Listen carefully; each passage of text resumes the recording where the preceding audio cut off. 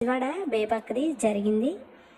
బేబక్క తన YouTube channel ద్వారా చాలా ఇంపాక్ట్ క్రియేట్ చేసుకుంది. చక్కగా కామెడీ పండించింది.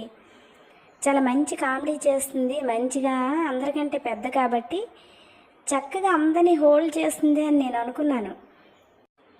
సీజన్ 3లో బాబా భాస్కర్ అయితేనేమి, సీజన్ 4లో లాస్య, సీజన్ 5లో ప్రియా, అలాగే సీజన్ 7లో ప్రియాంక, ఇలా ప్రతి సీజన్లో కూడా కిచెన్ హోల్డ్ చేసిన ప్రతి ఒక్కరు కూడా మిగతా కంటెస్టెంట్స్ని కూడా హోల్డ్ చేశారు.